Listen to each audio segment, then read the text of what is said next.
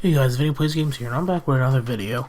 And this is a topic, Intel versus AMD. Now, people both have their opinions, I have mine, so don't take this to your heart fullest if you're a full AMD fan or a full Intel fan. So, I'm going to give you my opinion. Right now I'm on the site Newegg. That's where I buy all my PC parts. It's the cheapest. That's where a lot of people, even the big companies, buy their parts from. So basically, I'm in all CPUs for Intel at a $75 to $100 max. So we're going to compare the first two that pop up. This one's $89, and then for the AMD, this one's $90. So for $90, you will get Intel Pentium quad-core 3.5 gigahertz desktop processor.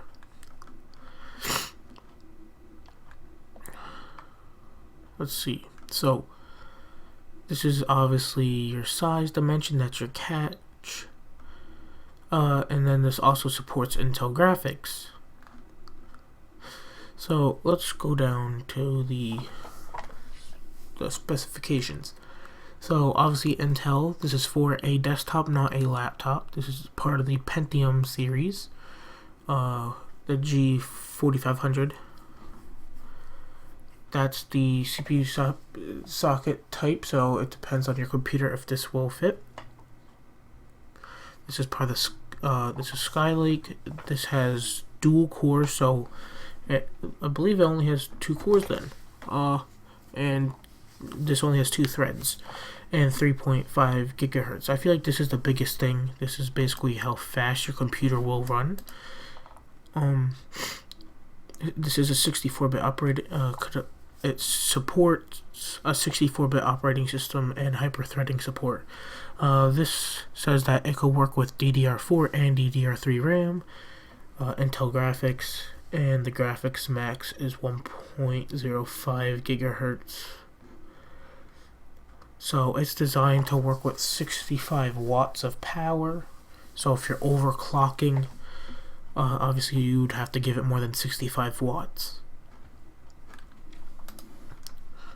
So with the AMD, you could automatically see that for the price, it's the same exact price.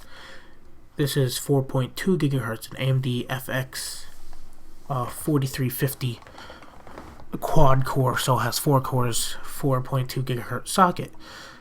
This is a 3.5, so that's a 0.7 gigahertz difference. Now that is a big difference.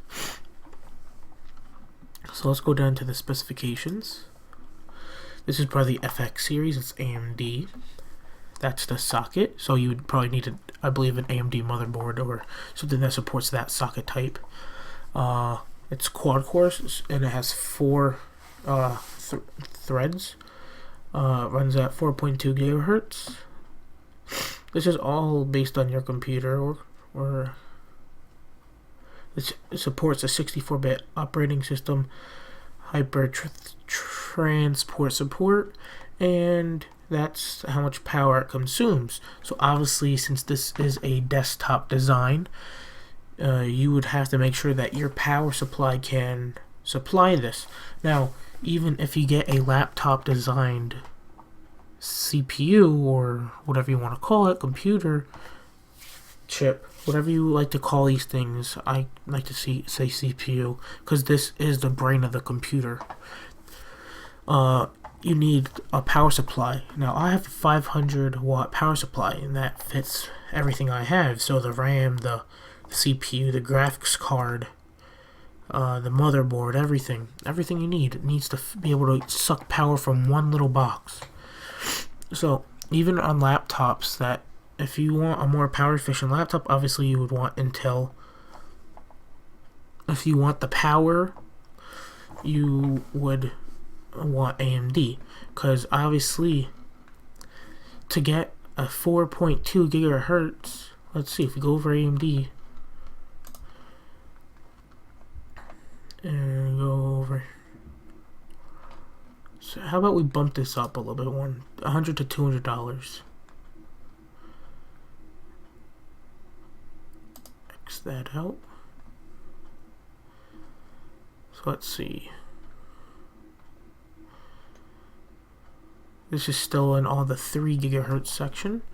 Look, 2.7 gigahertz. And that's 490. Bump this up to 200 to 300.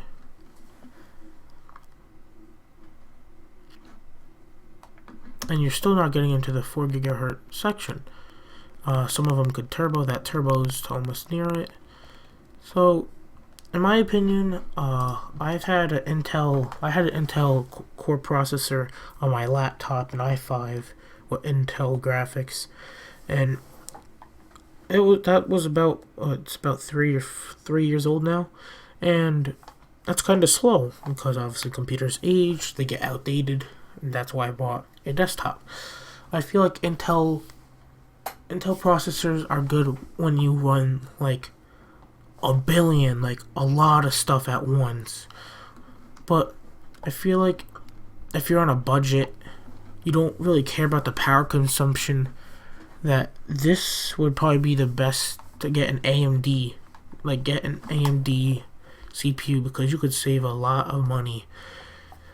So that's my opinion. Hopefully you enjoyed. Like, comment, subscribe. And this is Vinny Plays Games, and I'll see you in the next video. Peace.